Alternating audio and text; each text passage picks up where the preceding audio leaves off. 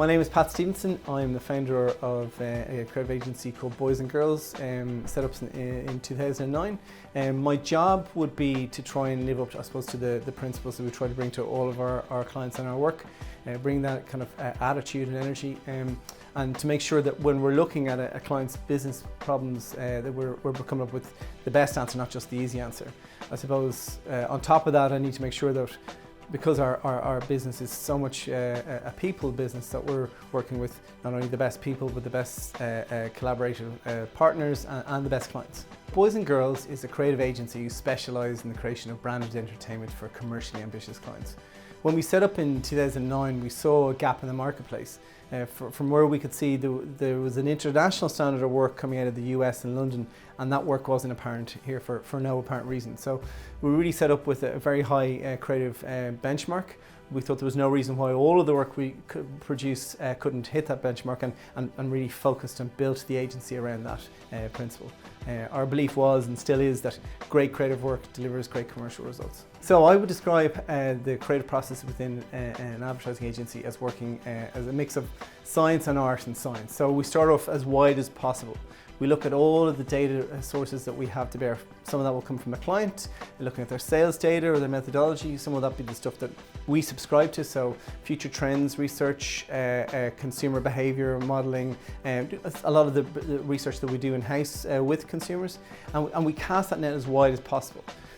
When we do that, we try and distill all that information, all those information sources down to one core proposition. So if you're really tight on that proposition, if you really know what your communications is supposed to do, then that's when the art, that's when the magic comes to bear. Because how we interpret that comms message into something that's going to be really engaging and memorable and make people really yearn for a product, that's creativity. And then the last page is back to the science, because when we put it out there, we need to make sure that it's working. We test and we learn, we tweak, and we need to make sure that it's actually affecting the bottom line of our client's business. Boys+Girls believe that the best vehicle for unleashing the commercial power of creativity is through the lens of branded entertainment. I suppose if you think about it from a client's perspective, there is a whole proliferation of channels. If you think about it from a consumer's perspective, there's the same amount of channels. There's information coming from everywhere. This plague of infobesity that we're hearing about. It's a benchmark. It's producing work that isn't endured, that people don't suffer through, that doesn't interrupt what they're already doing. It's work that they will actively enjoy consuming or actively seek out. And I suppose it's got that inherent quality baked in. And that's what we're talking about. Our clients are looking for this kind of work. They're demanding some way around the morass that's affecting advertising. So how can we smuggle their key message into something that a consumer is really actively enjoying or seeking out? That's what branded entertainment is about. Of course, in the history of advertising, there's been entertaining work. The problem is that the vast amount and a growing majority of that work is just not entertaining. So consumers are telling us 91% of advertising is intrusive, 64% of advertising is annoying. You know, just because we've bought a particular media space in a newspaper or on YouTube, people are going there to do other things. We don't have the right to shove something that isn't of any value to them. If you think back to the basic principles of the way advertising used to work, I will give you my attention, and in exchange, as an advertiser, you will give me something that I will enjoy. And that's the base principles of what brand entertainment is about. So I think a great example of this is the campaign that we've been working on for the last 18 months for 3, which is the Aaron Moore campaign.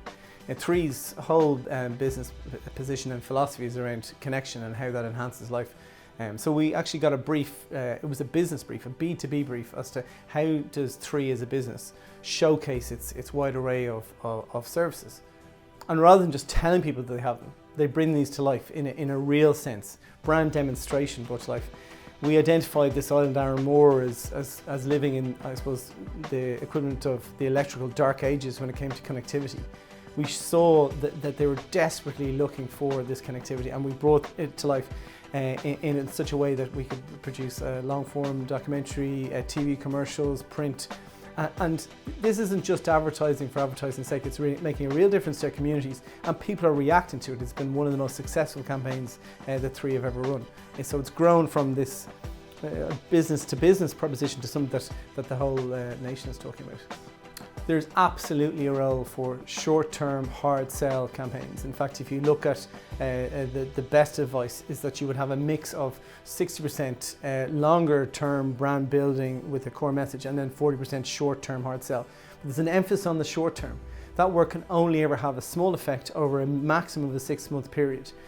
I suppose, think about it this way, short-term hard sell affects the left-hand side of the brain, that rational side that we'd like to think dominates, but actually the other work, the right side, the entertaining work, that hits the right side of the brain. It's the difference between wanting something and yearning for something. And there's massive profit in yearning. It's the reason people buy branded produce, it's the reason people buy a handbag that might be worth, you know, in raw material terms, a couple of euros, but selling for 10,000. So that magic, that profitability is in the creation of something that makes you yearn for something.